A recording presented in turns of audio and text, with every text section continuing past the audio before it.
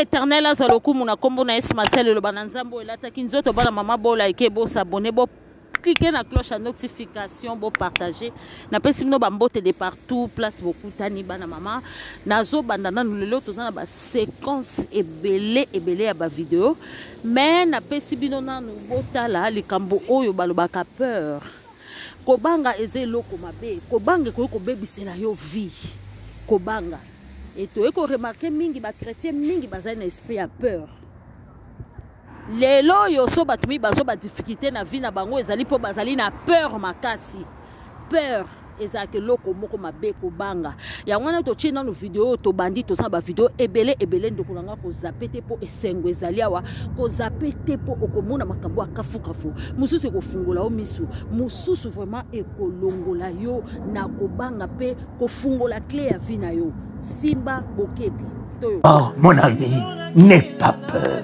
Le seul ennemi des chrétiens, c'est la peur. Bannis la peur de ton cœur. Bannis l'effroi de ton cœur. Bannis l'angoisse de ton cœur. Tu n'as rien à craindre tant que Christ est Seigneur en toi. Tant que Christ est roi en toi. Tant que Christ est sauveur en toi. Tant que Christ est le Tout-Puissant en toi. Tant que le Saint-Esprit, feu et flamme est avec toi. Tout te sera soumis. Tu règnes. Et j'en ai connu. Atu mingi babebisa ba vina bango likolo akoyoka kobanga na soni na ba doute so na bimi bato na ba omona nganini so na sali likambu boye ko sopa ngai na za banga noko na biso abaliaka bato ngana boko bonga po famille na biso to bonga te na zo banga boye na so ba me bato ba oza na vie yango mo itamuso ba ka ba shegelo pa chance loko pamba ba miso ba oza na vie bazwa nzambani nga bato bazara na courage bana mama tokei wana ezaika lisesi ya papa na biso oyo ateyaka pe kitoko papa na biso sagesse lelo toyekoloba likambo o Inos Bi bazowelela nini na fali tobandi susu wana ebongo tokokota Inos Bi na fali bazowelela Google na Google moko boye logiciel moko bima babakisaka babone donde bango nyonso bazaka na babone akosaleka sikoyo fali alobi ya koko salela yango te nzoka nde babone na ezaka ya kosaleka Inos pa pesa ki réponse to kana no fali tout que ba finga bormo e bima ya Google ADS wana ya booster banine et puis to tuni babi posa ma casse na mambo jamais de la vie na bien en route dans route so mutu nanga mo rasali yango na longoli boulot sérieux koyoka logiciel yango kombo bokoyoba elongo lisusu ototini te ototi ongana benga ototi eza ototini te boko yoka yango Inos Bi alobi azokosa kuna nda kokite ubi asalela kango kosaleka boyoka bino moko na bokebi. Google Ads eza ya Inos Bi pe Inos Bi te seul artiste congolais asalela ngo bato ba grimace wana basalela ngo kala makasi pe batutela tolo bavi na mboko nani azana bavi netinga tangu Inos ayeko demystifier yango komite biso toza soki na babilo nini nyoso wana na beta ngo dada déjà et puis ba artiste ba banda pe tisiko ba oleka na ba TV ko dénigrer Google Ads eza po ba meki yango esimbi Inos Bi abi Google Ads soki Google Ads eza ya yete batu nyoso basalela kango eza kaka ye moko te mutu asalela kango batu mingi basalela kango babakisaka babone obona kaka basombaka bikeko kuno mona kaka yaza na 1,80 million de vies yaza na 100 millions 80 de vies ba mama nzoko ne bakosaleka basombaka bikeko na bango kuna basombaka yoka Inos Bi kosilika yoni ki hypocrisie banda kalanga na loba hypocrisie ebomaka muziki na biso po ki hypocrite ata obombe yango nde nini suka ekobima muto ebi yaza mon santo au moins jour nzamba ko dévoiler mitema bato et comme abe Inos Bi alobi bandaka bando bisabino ke ndeko na biso ndeke azalaka na hypocrisie makasi a influencer bato na ndenge ya mabe kosaleka yango na bakabwana yo muto ebaka te loko nini Inos Bi bakabwana na ndeke Inos Bi azopanza susu bapoke mususu donc makambo eza ebele na ebele bakosa peuple congolais biso pe miso omona ezalaki te lelo tofungola miso boye kosala promotion na YouTube eza mabe kosala promotion na Facebook eza mabe omoni boyebi babilo wana babilo sponsorisé tout ça donc yo yebi déjà que bon makambo oyo nga naza na mwa suka carrière nanga je n'ai plus rien à perdre je là na distraire bana autre comme ça nga na tika la le seul qui m'a fait beaucoup de choses yo sko la que bango kake moi tout ce que j'ai fait c'est vrai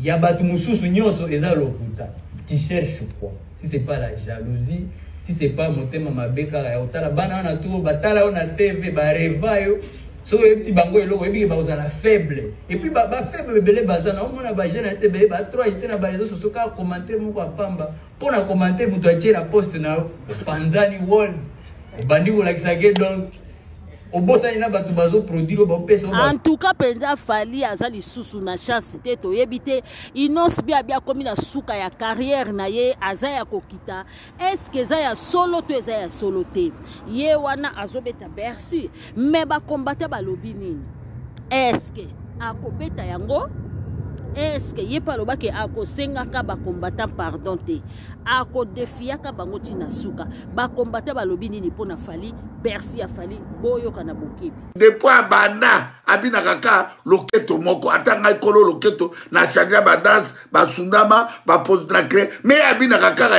ya kobinisa bino ka nguma oka nyoka mwana mobalo ifa kutana orgueil mono azanango na mbongo no asalite farira okozala humilié le 25 novembre 2023 na arena na défense ki bino mo makamba kombata balobi mais ye alobi boy batu balobi bino ko ngipo ko sanga na fali mingi to benga papa na ye moko pe papa na ya bota na musique batu su babi ko benga papa na ya bota na musique papa na ya sabebi sa carrière c'est beba na nini o na makambu na ye kaka wana mwana na ye kosaleka ye makamba banzeli lobi ye makamba banzeli ndenge nini balobi bo batindelinga video tala makambo papa na ya sala carrière esi beba donc moi papa na côté la e ezate asala sala makambo ebele yango wana botala. Voici quelques-uns des côtés négatifs de Koffi Olomide. 1. En 2012, Koffi Olomide a été expulsé de France pour défaut de visa. Il a été interdit d'entrer en France pendant 10 ans. 2.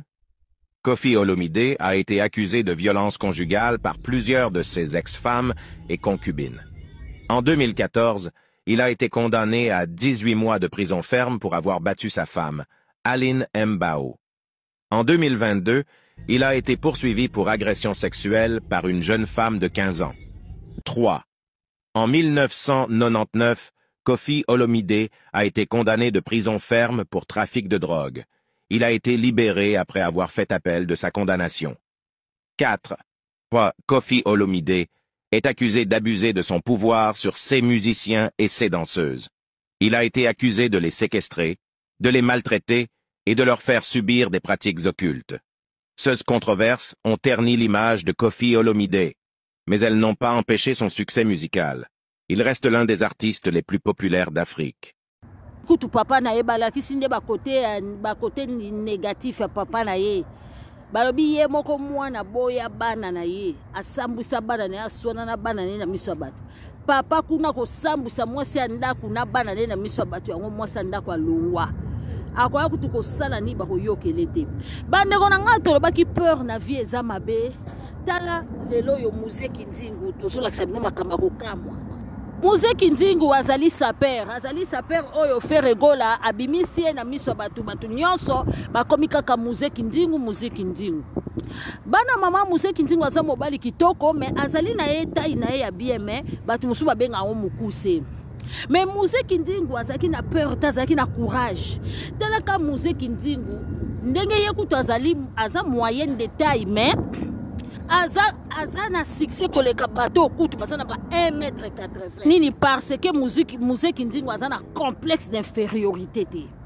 azali pe na peur te aza koze alobi ndenge nazali ndenge nzambe asalelanga nde na kokende lelo oyo apesi lumière apesi succès koleka bato bazala kwa bamutombo dikemble lelo tozoloba boye botala baentraînement na ye bakomi kobengisa ye de partout mama Denise Kuta bengisaki et puis pe azokende Canada botala muzeki ndingu na bokebi bongo to ndingu en direct de Kolwezi alors kacha Kolwezi lodge bien ba jor baba nzoto baba nini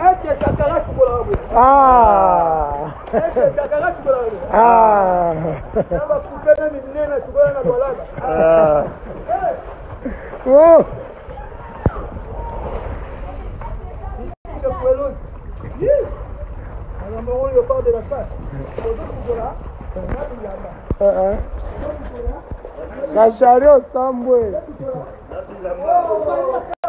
Petit Fanny au Sambwe.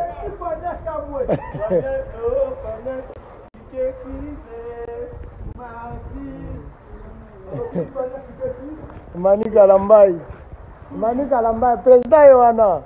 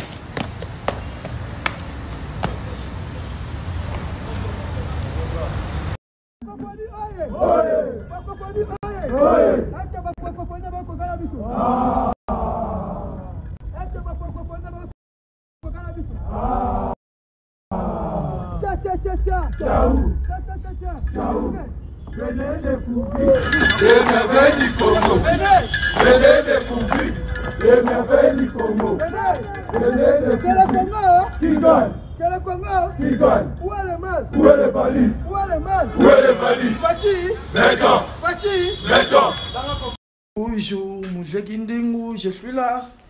Royo, chambre VIP. Il m'a dit la fille Madonna Beja. Ça se passe à Novelas. Gic magique. Je termine ici. Naïnan Awana. Jacouji. Tage. Où est le mal? La boumine la chambre. Ouais. Donc, si on a dit rien à commenter, ça perd peu bazar. À la TV Mounine, à manger, à boire. Katanga eleki toto na goût. Où est le mal? Où est les valises? Oh, Mutema Congo, Katanga. La province de mon abima, côté Mukila Congo, Anesuki. Je suis là. Kolwezi Lodge. Number one à Kolwezi Lodge. Number one à Kolwezi. Donc le chef de l'État est bien bon. Est-ce que bon là là?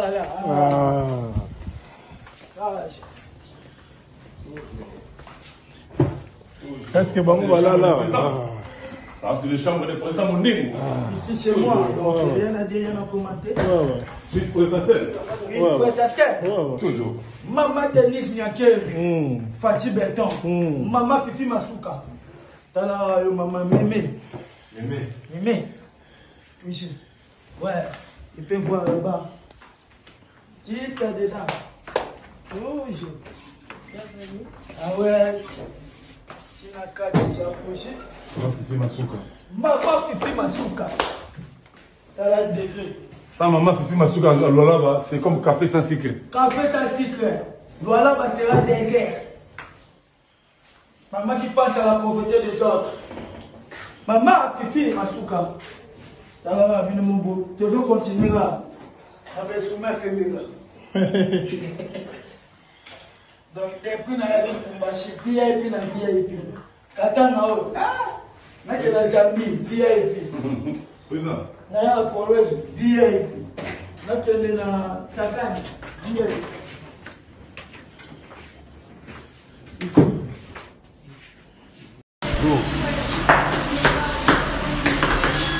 Bana Lubumbashi, c'est déjà des mêmes mots qui disent qu'on a quatre Lubumbashi. Bana Kolwezi, Bana Lolamba, Bana Zambie, Binomo, Mona Bilamba, Kolamba, Lubumbashi. On ne connaît pas Avemane. Ça, c'est des enterrements. Madame Oyama, Bé, Nakatalushi, Tcha, Chaou. Où est le mal? Où est le valide? Bana Lubumbashi va préparer l'homme du moment qui est Lubumbashi. Parce que tu es Kwatanga. Natoya wana bino moboye ana Lubumbashi bale kisosona kana la Lubumbashi ele kisosona bana Lubumbashi bana Kolwezi bana Lwalaba bana Zambie cha ciao. Où est le mal? Où est le valide? Bientôt Mina Kouye Mina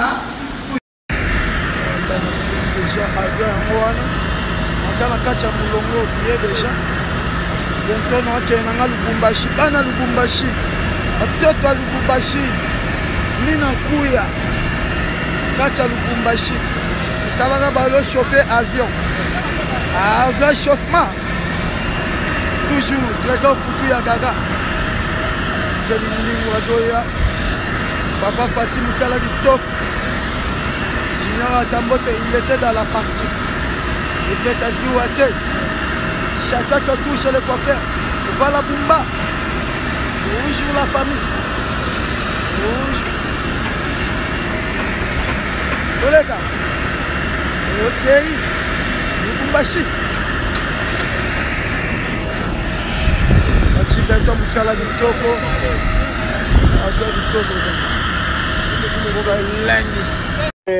Vous avez dit que international très en poutou. Il y a un commentaire international très en poutou. Charge à Congo, capitaine de l'équipe nationale. Asopal bitre, Asopal gardien, n'a pas les fumeurs. N'a pas réellement faire des ballons. Où est le mal? Où est le valide? Ciao.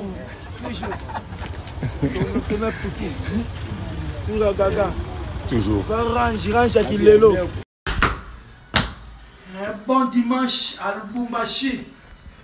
Bana Kolwezi, Bana Kasumbalesa, Bana Zambie. Bientôt Nazoya Zambie, chez Boss de Boss. Simbiri Kinyama Mkiaboma Mama Naye. Boss Chips Kasombo. Akata Mandef, Moga. Atika Mandef, Moga. Kalubi Lubumbashi déjà tombé. Monsieur Kindoum, tout abouti. Il était comment? Les habits parlent à ma place. Je ne peux pas parler. Il y a des qui parlent à Yévi Makambamo. Il y a qui parlent à Yévi Makambamo. Ciao. Le loi c'est quoi une junior à Tamboto. Il y a un monde. Il y a un commentaire. Tout abouti. Papa chéri, mon bilangiamo côté ça. Bilangiamo de ah. Toujours.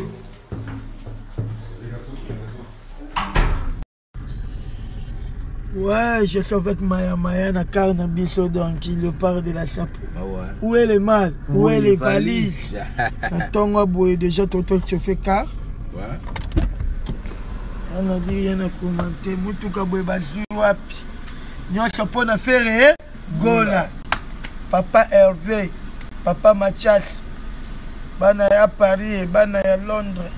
On est là toujours. On est là toujours. Un bon matin, monsieur Kindingu, tu as contact comme Koyanga. Paul Muntu, PDG, Ficha Paul le monumento. Toujours. Et Makambo, Tikangai, na fere nanga, Motakota te, Motakota. C'est dit que mon papa Lupin, mon fils de bijou. Quand on est au Kobi, va véhiculer. ndeko na nga na mokili okobangaka te moto akosote yo na okeno wapi yo nani akozwa yo kutu nde oza na vino esili te kotiaka point na vie ya motu te nzambe akomisa yango point virgule phrase nano esili te nzambe akoefase point wana atie virgule po ayebi soki la phrase continue donc yo oza wana okokotia point na vie ya motu te alors ndeko na nga bapoint mosusu na vie bato motu batieli yo te yo moko la peur yo moko ose sous-estimaka yo moko oza na complexe d'infériorité boyoka nano su papa na biso tokotala bavideo. Oh mon ami, n'aie pas peur. Le seul ennemi des chrétiens, c'est la peur. Bannis la peur de ton cœur. Bannis l'effroi de ton cœur. Bannis l'angoisse de ton cœur. Tu n'as rien à craindre tant que Christ est Seigneur en toi. Tant que Christ est roi en toi. Tant que Christ est sauveur en toi. Tant que Christ est le Tout-Puissant en toi. Tant que le Saint-Esprit, feu et flamme est avec toi. Tout te sera soumis. Tu règnes. Et j'en ai connu. bandeko na olakisa bino video mo botala conséquence ya kozala na peur na complexe d'infériorité na koyeba ko stresser na vie. Bana mama bokomona ndeko moko mwasi basakana na église eza bato musu babebisa ye pasteur azoyebisi osa mwasi libala po bota tellement comme na suka comme désespéré il faut ngana matalikolo na yo il faut ngana salabo ebebisa bato mabala ba musu bazwa ba sida ba misusu bakotisa bango na ba science occulte likolo ya peur bato mususu basala bango makambo mabelelo na vie etikala bango bilembo likolo ya peur tokende koyoka bandeko na biso mususu. Story Team, j'ai été l'esclave sexuel des pasteurs congolais partis de Paradigme. Une pièce fermée, elle n'avait pas ni de fenêtre ni rien du tout, elle était vraiment fermée et tout, et donc elle pleurait, elle se demandait mais qu'est-ce que j'ai fait à Dieu pour mériter ça, comment ça moi je suis un démon, moi comment je peux avoir, genre mes parents peuvent me laisser comme ça dans les mains de sorciers, dans les mains de gens qui veulent que de mon mal et tout. Donc quand 4 jours est passé, elle est sortie de là-bas. Quand elle est sortie de là-bas, hein, dis-toi que ils ont continué à la violer, ils ont continué à la violer, et tous les jours on la violait. Tous les jours, on l'a violée. Elle se faisait violer par des messieurs, par des dames, par plein de gens. Et en fait, elle a commencé à même se renfermer. Elle m'a dit vraiment, Imelda, j'étais devenue folle. Devenue complètement folle. Dans ma tête, en fait, il y avait mon corps qui était là, mais mon esprit n'était plus là. Mon esprit était vraiment parti ailleurs. Je ne réfléchissais même plus, en fait, parce que j'étais tellement choquée. Et à chaque fois qu'on me violait, on me disait, oui, c'est pour te purifier, c'est pour que Dieu vienne en toi, que l'esprit de Dieu vienne en toi, parce que le pénis des semblables, bah, c'est des pénis qui entre guillemets, a la bénédiction de Dieu dedans. Fais la foutaise dans les gens, certaines personnes sur terre. Il y a des gens, vraiment, Dieu aurait dû éviter de les mettre sur terre. On devait juste se voir, ah, telle personne, next, on passe. Et donc, on l'a violée. Et puis même, donc c'est-à-dire qu'elle a été là vraiment depuis qu'elle était jeune. Hein. Donc, elle a eu 10 ans. 11 ans, 12 ans, 13 ans faisait que la violer. Et le pire, c'était quoi? C'est que c'était pas que elle on violait d'autres enfants. En fait, c'était un trafic des gens. Des fois, il y avait même carrément des blancs qui venaient la violer avec d'autres enfants et tout. Ils étaient vraiment enfermés. On faisait que ça. Elle me disait, elle pouvait passer par exemple une semaine sans manger. On lui donnait que de l'eau. Elle disait même pas genre des bouteilles, 1 litre d'eau. Hein. On lui donnait peut-être, les petites bouteilles de 25 centilitres d'eau. Ben, on lui donnait que ça. Et elle était devenue tellement mince que, non. En mode elle était genre comment dire ça, elle pouvait même pas se mettre debout, elle pouvait même pas marcher. Pour elle en fait c'était fini. Elle se disait je vais mourir là-bas, je veux mourir en me faisant violer, c'est fini pour moi, ça sert même à rien de commencer à penser à la libération parce que ça n'arrivera pas. Elle était désespérée, tellement triste, tellement mal qu'elle avait la haine en fait envers tout le monde. Et puis donc il y avait d'autres enfants qui venaient, des gens, dites-vous qu'il y avait même des enfants qui avaient 5 ans. Elle me dit qu'il y avait des petites filles de 5 ans, des petits garçons de 4 ans qui étaient là, qui se faisaient violer par des adultes. Par des adultes.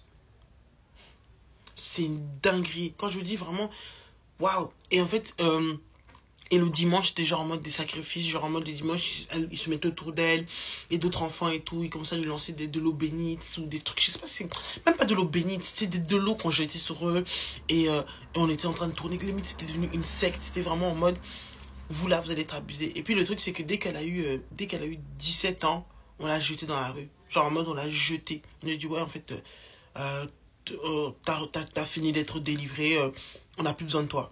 genre limite, elle était plus attirante pour eux, elle avait grandi. Et donc on l'a jetée comme de la merde dans la rue. Et donc on l'a jetée dans la merde comme dans la rue, elle était vraiment, limite, elle était devenue une clocharde. Elle était une clocharde et en fait, elle voulait carrément même rester là-bas parce que là-bas, au moins, elle avait un lit. Elle pouvait aller aux toilettes, là, elle avait plus rien. Et donc elle comprenait pas ce qui se passait, elle était vraiment en colère envers Dieu. Elle se disait, mais attends, comment Dieu peut me faire ça? Elle voulait même plus parler, fallait même pas lui parler de l'église, fallait même pas lui parler de Dieu, fallait même plus lui parler de oui, et confiance au Seigneur et tout. Pour elle, c'était fini, sa vie était foutue. Et un jour comme ça, par la grâce de Dieu, elle a eu 18 ans. Quand elle a eu 18 ans, elle est tombée sur une maman comme ça, parce qu'elle a erré un peu dans les marchés et tout pour garder la nourriture. Elle essayait en fait de se débrouiller parce qu'elle a de 17 ans jusqu'à 18 ans, elle était vraiment une sans-abri. Et une maman comme ça l'a vue dans la rue en train d'aérer dans le marché. Et elle est venue comme ça, elle a dit, oui, viens avec moi. Ça fait quelques jours que je te vois toujours souvent au marché. Comment une jeune fille comme toi, dans le marché, tu n'as pas de parents?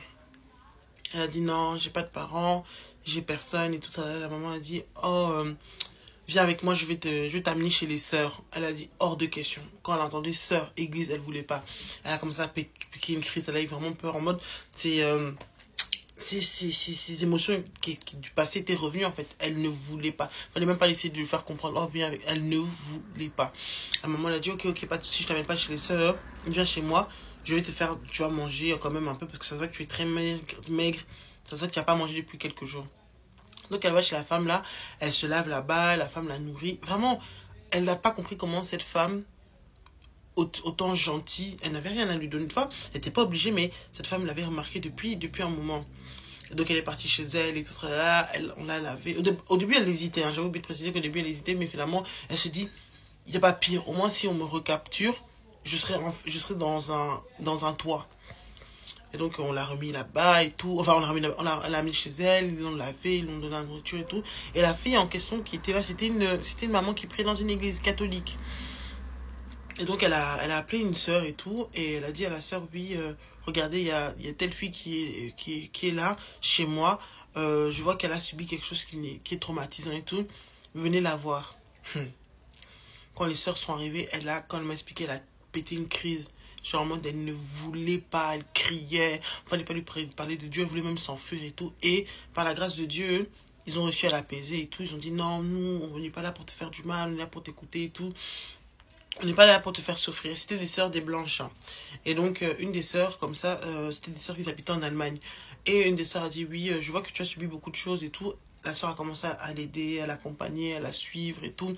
Et être là vraiment pour elle et tout. Et quand la sœur devait revenir en Allemagne, bah, elle a dit, je ne vais pas partir sans toi. Tu vas venir avec moi, je ne vais pas te laisser ici. Parce qu'en soi, tu n'as personne ici. Donc, ils ont fait les démarches pour la faire venir. Ils ont fait en mode comme si c'était sa fille qu'elle avait adoptée depuis longtemps, depuis qu'elle est jeune. Bref, tout ça. Et donc, ils l'ont fait venir en Allemagne. En Allemagne, elle a recommencé l'école du début jusqu'à la fin. Elle a vraiment recommencé sa scolarité. Elle s'est mariée, enfin, parce qu'elle m'a expliqué comment elle s'est mariée. Et carrément, même ses parents ont repris contact avec elle. Vous voyez la foutaise. Ses parents ont repris contact avec elle et tout. Ils ont essayé de la chercher et tout. Ils se sont carrément même excusés et tout. Puis je me suis dit, waouh, elle m'a dit vraiment cette histoire. Dieu m'a pris de bas. J'ai vraiment commencé par la souffrance et il a pris une autre personne encore de son église pour maintenant plus m'élever. Il m'a expliqué vraiment comment on abusait des enfants là-bas. On les frappait, on les insultait. Carrément, même des fois, elles pouvaient dormir nues. Il y avait des cranqués là qui la mangeaient, le corps et tout. Bref, fin de la story time. J'espère qu'elle vous a... Enfin, même pas plu en fait. Fin de la story time et... donc voilà. Bye bye. Ba mama mingi ba baby sa vie na bango likolo ya peur, ba papa mingi likolo ya peur. Surtout biso basi to mona ka ageleki na obanga kozala femme seule nazo banga boyo kolokota mobali moko kwa ko baby selo vie. Okomona mwana na ozo sala kama ba geste moko maboko bo ozui mwana wana omemie na prière. Yo confiance à pasteur, confiance aveugle. Opesi mwana wana pasteur asakani na mwana. E batu mingi bazana baka onde kona biso oya lobby batu mingi bazana baka ya ba désespoir batu mingi ba enseignement ba pesa biso lelo ba kosa biso tokoma kovwamisa bato mosusu tokoma kokanga bato bandoki de partout tokoma kozala na manque ya confiance na biso ozozwa moto oyo akendaka toilette lokola yo bible yango moko ebi maudit celui qui se confie à l'homme moto aliaka lokola yo moto azalaka na mwasi lokola yo asalaka mpe makambo nyonso asalaka mpe lisumu okende kopesa ye confiance moko bo aveugle okende komona ye nzambe olobaka ne touchez pas mes coins ne touchez pas mes coins makambo wana mpenza tokóma nango wapi tala lelo mboka Kongo ndenge ekomi likolo ya buzoba oyo bamama mingi bakenda kosala batémoignage moko ya lokuta bapapa mingi bakenda kosala témoignage moko ya lokuta lelo bakomprena ke bato wana baza mabe tomona bato mosusu oyo basaka témoignage na biki na covid Pasteur Borstalino moto abikisi nga nzoka nde ezalaki nango Pasteur Borstalino te ezalaki bakisi ya banayi komela ozomona lelo bakomprendre oyo mosusu tobaki makambo bafingaki biso parce que ni Congolais aza borné akendaka place moko boye alobaka ka makambo bandoki famille nanga bakanganga donc Congolais alingaka azala victime azala ne désespéré azala victime ya kokendaka kolelelaka bato nga balokanga famille ekanga ngai mabota donc baza bato moko yango na ntango Yesu azalaki bastérile bazalaki te ba mama Congolais a se victimiser ya libela ya lingaka l'église ya louange na adoration te ya lingaka place azokende koyoka bandoki famille ndenge bakangaka donc wana africain zaka peuple africain place ya kangama na distraction or bashenge baolala libanda me baozwa pe vie bana mama bino bo sous-estimaka mwasi ye boyoka nanu mwasi aza nani komo bale asekisi nga yango nalobi ya toya koloba ngo na bino abia bino bosakana na mwasi mutamemaka saki munene na kati mwasi akomema lutu sani na kati ya saki miroir nyonso mwasi azaka na bastudio maputa nyonso alakisi saki ya mwasi po bake mwasi akomema mokili yo ti lelo olekisaka ntango na yo mpona koluka kokomprendre mwasi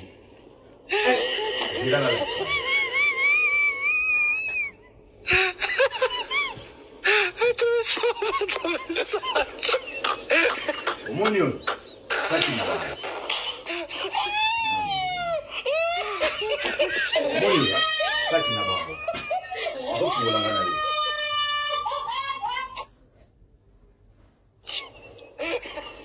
libaya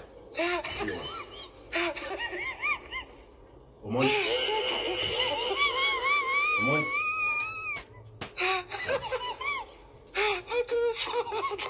Oula. Simasu. Yamabo. Naïbité. Mbo. Oh, mbo.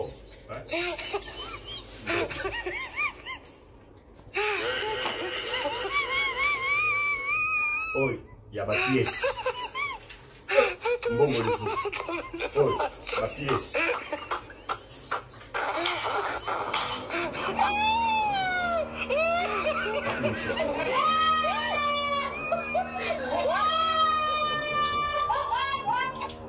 Lunette. Écoutez. Cache-nez. Oh, ma dresse. Ça qui va agenda. Pen. YouTube. Nassan. Ciseaux. Oh. Porte-monnaie. Monnaie Bakar. Il y a des choses. Nous soir. On s'en va bon. Béli, pochette. Ciseaux. Ce qui peut revenir, il peut y aller. Non, ciseaux ici. Oh, Yamanja.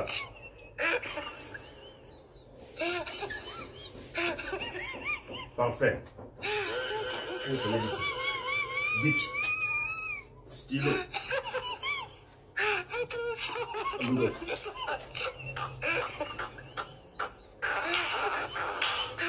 Mon complément ici. Oh, parfait.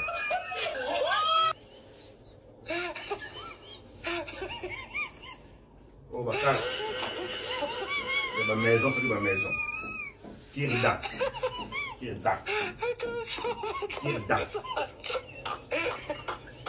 Oi. Tiet. On a parlé, café.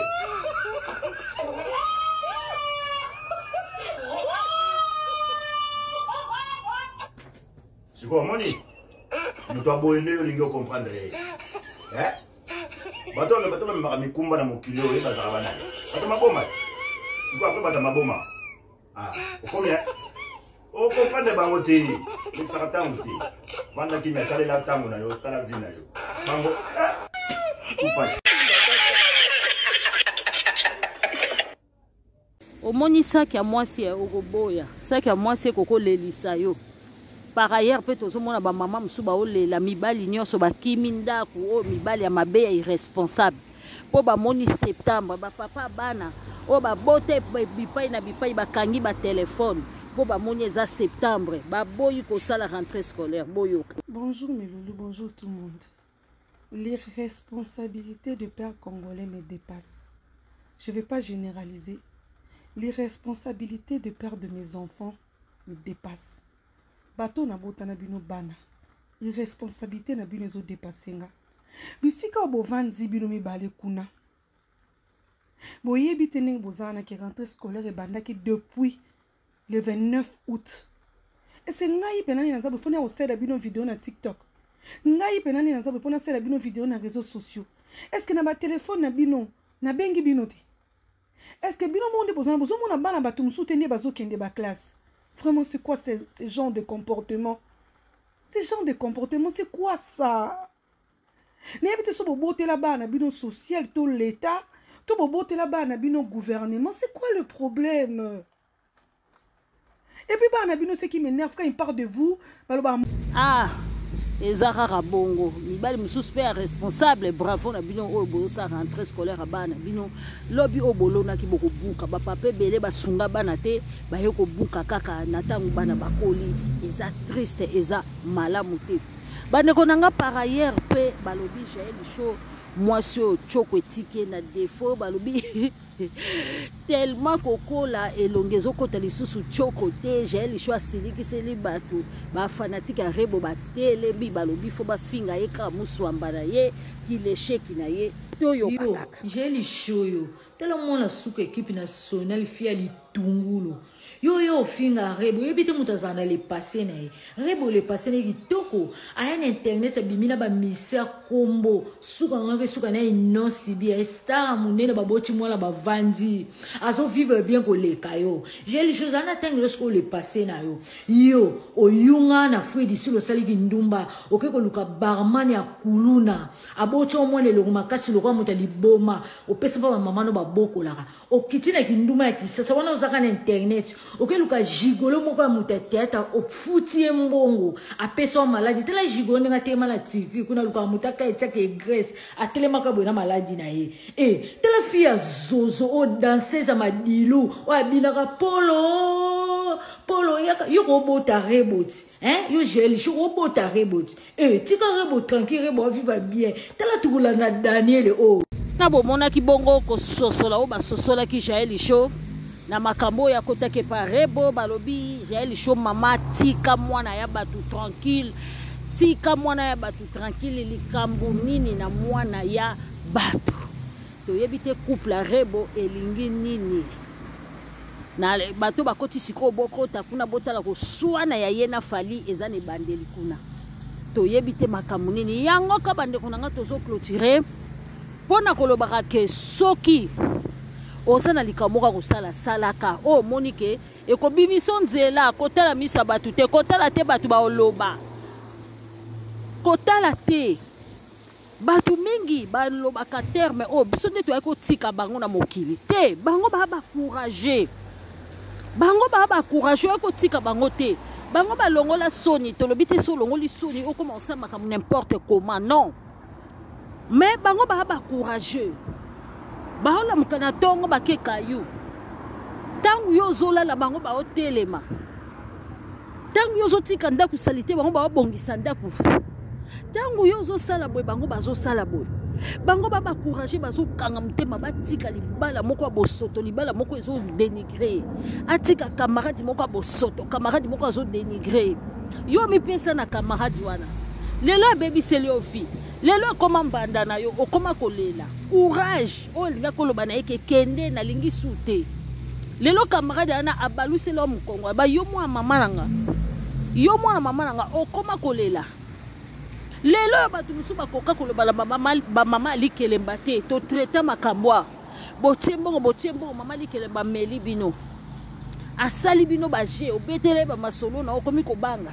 na likelemba kuna alingisa bino na mibali azwa bino bafoto amela bino siko mbongo yo siko moolobi eza te mpo soko lobi abengi mobali no alakisi ye bafoto wana bamisu basombela yango bandako eza courage ya mabe mende yondo zwaki courage te ya kolongwa place ndenge wana ya omona ka mama likelembo asali bato mibale misatu kanai ngafuna longwa yo zoka soni on a otikala nga moko na ozala isolé il faut mieux être seul que mal accompagné tumi ba détruisa ba on a bandeko o te poza mwana mama nanga mwana mama na o mazulinga bomao okangise ne mite moza distance na ye mwana mama na yo kaye mutaboma belle père o te taka poza semeki nanga na mokilo so muta yoki opasi te bandeko yoko yoka epasi te tozalaki na muto akela biso tozalaka na muto akela biso kutu o ezali nzambe na bomoi azalaki na satana o atonga satana na ba pierre précieuse akela ye na ba pierre précieuse mais tango amonaki ke satana linga sakala ne pona louange na adoration abwaka na se est-ce que azanga bata louange na adoration ti lelo azaka suna posa satana te biso tobota non te courage moko akoloba ke non na sukia na continuer souter vi na ngana yo na moni ke zo marcher te biso sko to sala ngote biso to sala ngote o mona camarade o salo mabe ayesu ko tala yo yo kuna sambla o salo ko zo tala ta na si zo beta miso moyebi ke na samute mozo yimaima ko kabolo mususu esaka bando benda na no malembe okomi busy na sate na zo sala boy na sa ba prière bata ezo kende pa te ina et comme anata moko mutu na vie o vide lola oyebi ko vide lola ye nzamba vida ki lola lobi tala semence mabeli ngake kota a vide ki lola te masukoli lola abwaki satana ye moko te na banjelu mususu ya mabe wana nini nzambe abwaki satana na banjelu mususu ya mabe abi bokende na lola na besoin na milote bokenda kombola bango ape atongeli bango lifelo. Et comme on attend mon vie, il faut kombola ndako no bimisa bata mabe.